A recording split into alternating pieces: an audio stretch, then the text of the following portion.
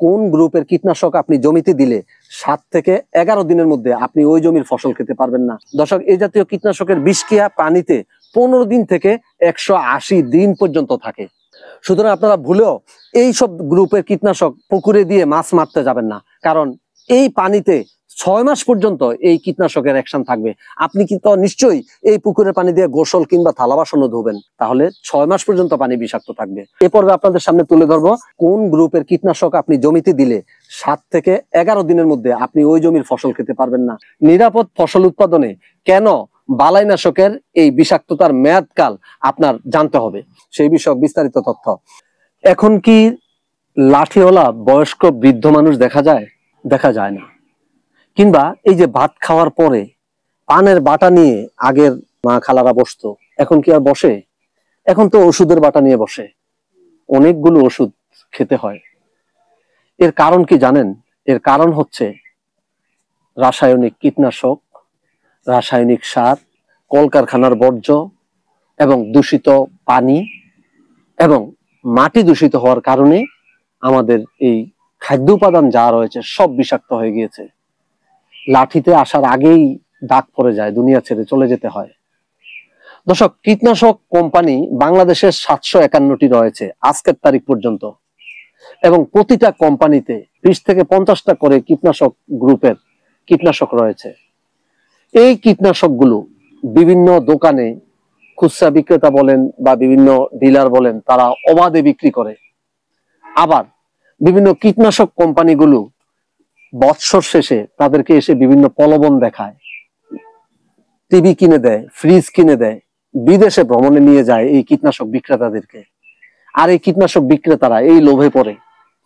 একটা রোগের জন্য একজন কৃষক তার দোকানে আসলে একটা কীটনাশকই যথেষ্ট ছিল, কিন্তু 3 থেকে 4টা কীটনাশক একত্র করে দিয়ে সে তার বিক্রি করে নিচ্ছে। আর এদিকে কৃষক একদিকে অনেকগুলো টাকা খরচ করে 3-4টা কীটনাশক কিনে তার টাকা নষ্ট হচ্ছে, অন্যদিকে এই 3-4টা একত্রে স্প্রে করার কারণে পোকার রিচার্জেন্স হয়ে যাচ্ছে।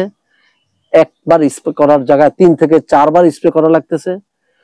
খাদ্যদ্রব্যগুলো বিষাক্ত হয়ে যাচ্ছে। একটা কীটনাশক দেওয়ার পরে কতদিনের মধ্যে খাদ্য খাওয়া যাবে না সেটাও তারা চিন্তা করছে না। সেখানে 3 থেকে 4টা কীটনাশক একত্র করে দেওয়ার কারণে আজকে সব বিষাক্ত। এছাড়াও ফল ফসলের শিডিউল স্প্রে করার নামে ফসল ভালো থাকা অবস্থাতেও স্প্রে করা শুরু করে দেয় কৃষক ভাইয়েরা, যার কারণে এখন শাক সবজি, ফল মূল, এমনকি ধানের যে চাল সেটাও বিষাক্ত। আপনারা শুনলে আশ্চর্য হবেন, সম্প্রতি ন্যাশনাল ফুড সেফটি ল্যাবরেটরি গবেষণা বাংলাদেশের 64 জেলা হতে এই চাল সংগ্রহ করে এই ল্যাবরেটরিতে টেস্ট করেছে। 232টি নমুনা টেস্ট করে 131টি নমুনার মধ্যে পেয়েছে সবচেয়ে ক্ষতিকর ধাতু ক্রোমিয়াম। 130টা চালের নমুনার মধ্যে পেয়েছে ক্যাডমিয়াম এবং সীসা, এবং 83টা নমুনায় বিভিন্ন মাত্রায় আর্সেনিক পাওয়া গিয়েছে। শুধু কি তাই, এই যে আপনারা দেখছেন না এখন ক্যান্সার হচ্ছে, এই ক্যান্সার আক্রান্ত যে রোগী সারা বাংলাদেশে রয়েছে, 100 জন রোগীর মধ্যে সরাসরি 34 জন কৃষক আর বাকিরা হচ্ছে অন্যান্য পেশার লোক। এই 34 জন সরাসরি কীটনাশক স্প্রে করে, এবং এই কীটনাশক যুক্ত ফল সবজি, ফলমূল, ভাত সহ অন্যান্য খাদ্য খেয়ে বাকিরা এই ক্যান্সারে আক্রান্ত হয়। আপনারা একটিবার চিন্তা করেন, দেশে উৎপাদিত বেগুন সহ প্রায় সকল শাকসবজি, চিংড়ি মাছ এবং সকল মাছে, এমনকি শুটকিতে ক্ষতিকর মাত্রায় কীটনাশকের উপস্থিতি ধরা পড়েছে। কয়েক বছর আগেই এই তথ্য বিভিন্ন টেলিভিশনে এবং পত্রিকায়ও প্রকাশিত হয়েছে। দর্শক, এই যে ক্রোমিয়াম, ক্যাডমিয়াম, সীসা, এই ভারী ধাতুগুলো কি করছে? এই ভারী ধাতুগুলো আপনার শরীরকে স্তরে স্তরে নিঃশেষ করে দিচ্ছে। আপনি ঠাস করে মরছেন না, কিন্তু আপনার ভিতরের যা আছে সব ধ্বংস করে ফেলছে এই ক্রোমিয়াম, ক্যাডমিয়াম, পারদ এবং সীসা এবং আর্সেনিক। এই ভারী ধাতুগুলো কিভাবে আসছে? এই ভারী ধাতুগুলো আসছে অর্গানোক্লোরিন, অর্গানোফসফরাস, কার্বোমেট এবং পাইরিথ্রয়েড জাতীয় কীটনাশক প্রয়োগের কারণে। এছাড়াও আসছে আপনার জমিতে এই যে urea, TSP, potash, gypsum, zinc, boron, magnesium, calcium যে রাসায়নিক সারগুলো প্রয়োগ করেন, এই রাসায়নিক সারের মাধ্যমে। দর্শক, রাসায়নিক সার বা সার জাতীয় দ্রব্য বা কাঁচামালে ভারী ধাতুর সর্বোচ্চ গ্রহণযোগ্য মাত্রা হচ্ছে arsenic 50 ppm, cadmium 20 ppm, lead 100 ppm, mercury 5 ppm, chromium 500 ppm এবং নিকেল 100 ppm যদি থাকে তাহলে এই পর্যন্ত এই মাটির সহনীয়, অর্থাৎ মানব এবং প্রাণীকুলের কোনো ক্ষতি হবে না। ক্যান্সার আক্রান্ত রোগীর দেহে কীটনাশকের এক্সপোজার প্রভাব পরীক্ষা করা হয়েছে। লিউকেমিয়া, লিম্ফোমা, মস্তিষ্ক, কিডনি, স্তন, প্রোস্টেট, অগ্নাশয়, লিভার, ফুসফুস, পাকস্থলী এবং খাদ্যনালী এবং ত্বকের যে ক্যান্সার, এই ত্বকের ক্যান্সারও দায়ী হচ্ছে এই কীটনাশক। তাহলে একটিবার খেয়াল করুন, ফসলের উৎপাদন আপনি বাড়াতে পারছেন, পোকা দমন করতে পারছেন, কিন্তু কার জন্য করছেন এত সব? আপনি নিজেই তো ক্যান্সার আক্রান্ত হয়ে মরে যাচ্ছেন। শুধু কি তাই, এই যে অনেকের বাচ্চা হয় না, অনেকের বাচ্চা কনসিভ হয় না, এটা কি? এটাও হচ্ছে এই কীটনাশকের প্রভাব। এই কীটনাশকের কারণে ভ্রূণের মৃত্যু হচ্ছে, জন্মগত ত্রুটি, সুস্থ বাচ্চা জন্মগ্রহণ করছে না এই কীটনাশকের কারণে। এছাড়াও হরমোনের সমস্যা, নারী এবং পুরুষের যৌন ক্ষমতা কমে যাওয়া এবং পার্কিনসন রোগ সহ স্নায়ুবিক অন্যান্য দীর্ঘমেয়াদী রোগের কারণ এই কীটনাশক এবং এই বালাইনাশক, যার গবেষণালব্ধ শক্তিশালী প্রমাণ রয়েছে। কীটনাশকের এই বিষাক্ততা, কীটনাশকের ধরন, বিষাক্ততার মেয়াদকাল এবং অপেক্ষমান সময় এবং সংস্পর্শের পথ এবং ডোজ এবং সংস্পর্শের সময় এবং ব্যবহারের পূর্বে, ব্যবহারের সময় এবং ব্যবহারের পরে করণীয় সম্পর্কে সঠিক ধারণা না থাকায় এই কীটনাশকের ক্ষতি দিন দিন বেড়েই চলেছে। দর্শক, এই জন্য কৃষিতেই বিশ্ব ইউটিউব চ্যানেলে এই কীটনাশকের ক্ষতি কমিয়ে আনা এবং কীটনাশকের ঝুঁকি হ্রাস করার জন্য 9 পর্বের একটি ধারাবাহিক প্রচার করব। প্রথম পর্বে আপনারা জানবেন এই বালাইনাশকের বিষাক্ততার মেয়াদকাল এবং অপেক্ষমান সময় এবং কোন গ্রুপের কীটনাশক প্রয়োগ করলে 4 থেকে 7 দিনের মধ্যে আপনি ওই শাক সবজি ফলমূল কিছুই খেতে পারবেন না, সেই বিষয়ক বিস্তারিত তথ্য। দ্বিতীয় পর্বে থাকবে সিনথেটিক পাইরিথ্রয়েড গোত্রের যেসব গ্রুপের কীটনাশক প্রয়োগের 4 থেকে 10 দিনের মধ্যে কোনো শাকসবজি ফলমূল খেতে পারবেন না, সে বিষয়ক বিস্তারিত তথ্য। তৃতীয় পর্বে থাকবে অর্গানো ফসফরাস জাতীয় যেসব গ্রুপের যে কীটনাশকগুলো প্রয়োগের 7 থেকে 11 দিনের মধ্যে আপনি ওই ফল শাকসবজি খেতে পারবেন না, সেই বিষয়ক বিস্তারিত তথ্য। চতুর্থ পর্বে থাকবে যেসব গ্রুপের কীটনাশক প্রয়োগের 10 থেকে 15 দিনের মধ্যে আপনি এই জমির শাকসবজি ফলমূল খেতে পারবেন না, সেই বিষয়ক বিস্তারিত তথ্য। পঞ্চম পর্বে থাকবে অর্গানো ফসফরাস জাতীয় যেসব গ্রুপের কীটনাশক প্রয়োগের 10 থেকে 20 দিনের মধ্যে আপনি ওই জমির শাকসবজি ফলমূল খেতে পারবেন না, সেই বিষয়ক বিস্তারিত তথ্য। ষষ্ঠ পর্বে থাকবে যেসব গ্রুপের যেই কীটনাশকগুলো প্রয়োগ করার 15 থেকে 20 দিনের মধ্যে আপনি ওই জমির শাকসবজি ফলমূল খেতে পারবেন না, সেই বিষয়ক বিস্তারিত তথ্য।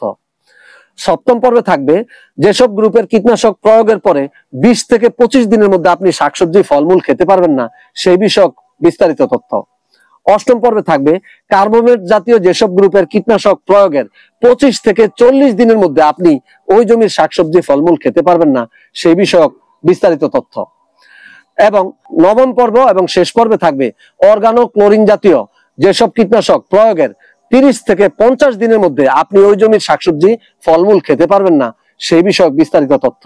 দর্শক, আপনি যে শাকসবজি বাজার থেকে কিনে খাচ্ছেন, আপনি এই শাকসবজি কেনার সময় অবশ্যই বিক্রেতার কাছ থেকে জেনে নেবেন কোন গ্রুপের কীটনাশক সর্বশেষ কতদিন আগে স্প্রে করা হয়েছে এবং নীতি নির্ধারক এবং সরকারের বিভিন্ন পর্যায় থেকে টিম গঠন করে এই কৃষকদেরকেও বাধ্য করা উচিত যাতে তাদের প্রত্যেকটি পণ্যের সাথে একটি লেবেল লাগিয়ে দেয় যে সর্বশেষ কোন গ্রুপের কীটনাশক কবে স্প্রে করা হয়েছে এবং কতদিনের মধ্যে এই সবজি খাওয়া যাবে না, এই কথাগুলো একটি লেভেলেও থাকা উচিত। দর্শক, যদি আপনি সুস্থ থাকতে চান তাহলে আপনি কীটনাশক ব্যবহার করার ক্ষেত্রে আপনি সতর্ক হতে হবে। তাই আসুন এই কৃষিতেই বিশ্ব ইউটিউব চ্যানেলের এই কীটনাশকের বিষাক্ততার মেয়াদকাল এবং বালাইনাশকের এই ঝুঁকি হ্রাসের এই 9টি পর্ব দেখে আপনারা এই কৃষি ফল ফসল চাষাবাদ করবেন এবং জেনে এই কৃষি ফল ফসলগুলো খেয়ে আপনারা সুস্থ থাকবেন, এমনটাই প্রত্যাশা জানিয়ে শুরু করছি। আজকে থাকছে তৃতীয় পর্ব, আর এই পর্বে আপনাদের সামনে তুলে ধরবো কোন গ্রুপের কীটনাশক আপনি জমিতে দিলে 7 থেকে 11 দিনের মধ্যে আপনি ওই জমির ফসল খেতে পারবেন না, বিস্তারিত তথ্য। দর্শক, কৃষিতে বিশ্ব ইউটিউব চ্যানেলে পরামর্শমূলক বাংলাদেশের সকল ফল ফসল, বাংলাদেশের চাষযোগ্য সকল ফল ফসলের চাষাবাদ সম্বলিত ভিডিও রয়েছে। প্রত্যেকটি ভিডিও আধুনিক প্রযুক্তি নির্ভর, সর্বশেষ পরীক্ষিত কৌশল এবং 4th জেনারেশনের কীটনাশক, রোগনাশক এবং হরমোন বা ভিটামিনের তথ্য আপনারা জানতে পারবেন 30টিরও অধিক জৈব বালাইনাশক তৈরির কৌশল, যেটি বাংলাদেশ কেন সারা পৃথিবীর কোনো ইউটিউব চ্যানেলেই পাবেন না। তাই কৃষিতেই বিশ্ব ইউটিউব চ্যানেলটি এভাবে সাবস্ক্রাইব করে পাশে থাকা বেল আইকনটিতে অল ক্লিক করে সবগুলো ভিডিও নিজে দেখবেন এবং আগেই আপনি সর্বাধুনিক কৃষি প্রযুক্তিগুলো জেনে উপকৃত হবেন। আসসালামু আলাইকুম, আমি মনিরুজ্জামান, উপসহকারী কৃষি অফিসার, মতলব দক্ষিণ চাঁদপুর। চলুন দর্শক, আমরা প্রথমে জেনে নেই কোন গ্রুপের কীটনাশক প্রয়োগ করলে 7 থেকে 11 দিন ওই জমির ফসল খেতে পারবেন না।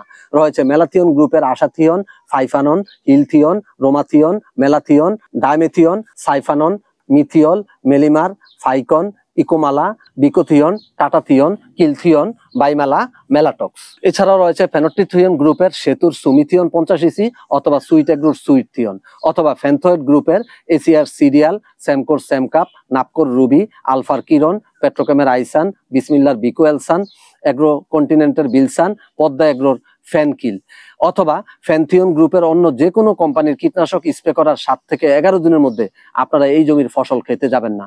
এ জাতীয় কীটনাশকের প্রভাবে মানুষ সহ যে কোনো প্রাণীর রক্তের এনজাইমের কার্যকারিতা বাধাগ্রস্ত হয়, স্নায়ুপেশিতে টান পড়ে, পরিশেষে আপনার এই যে নিচের অঙ্গ বা হাত পা অবশ হয়ে যায় এই জাতীয় কীটনাশকের কারণে। এবং আপনার এই যে শ্বাসতন্ত্রের যে রোগগুলো রয়েছে, এই শ্বাসতন্ত্রের কার্যকারিতা বন্ধ হয়ে যায়। এই জাতীয় কীটনাশক পোকামাকড় দমনে সবচেয়ে বেশি ব্যবহৃত হয়। দর্শক, এই জাতীয় কীটনাশকের বিষক্রিয়া পানিতে 15 দিন থেকে 180 দিন পর্যন্ত থাকে। সুতরাং আপনারা ভুলেও এই সব গ্রুপের কীটনাশক পুকুরে দিয়ে মাছ মারতে যাবেন না, কারণ এই পানিতে 6 মাস পর্যন্ত এই কীটনাশকের অ্যাকশন থাকবে। আপনি কিন্তু নিশ্চয়ই এই পুকুরের পানি দিয়ে গোসল কিংবা থালা বাসনও ধুবেন। সুতরাং এই জাতীয় গ্রুপের কীটনাশক পুকুর বা কোনো জলাশয় দিতে যাবেন না, তাহলে 6 মাস পর্যন্ত পানি বিষাক্ত থাকবে। চতুর্থ পর্বে আসছে যেসব গ্রুপের কীটনাশক স্প্রে করার 10 থেকে 15 দিনের মধ্যে ওই জমির ফসল খাওয়া যায় না, সে বিষয়ক বিস্তারিত তথ্য। তাই চতুর্থ পর্বটি দেখার আমন্ত্রণ জানিয়ে শেষ করছি আজকের তৃতীয় পর্ব। আল্লাহ হাফেজ। দর্শক, এই কৃষিতেই বিশ্ব ইউটিউব চ্যানেলের সবগুলো ভিডিও ফেসবুকে শেয়ার করে সারা দেশের মানুষের পাশে দাঁড়াবেন। নিশ্চয়ই প্রত্যেকটি উপকারী পরামর্শ শেয়ার করা সদকাতুল জারিয়া। এভাবে একটি একটি করে প্রযুক্তি ছড়িয়ে যাবে সারা দেশের কৃষক ভাইদের কাছে।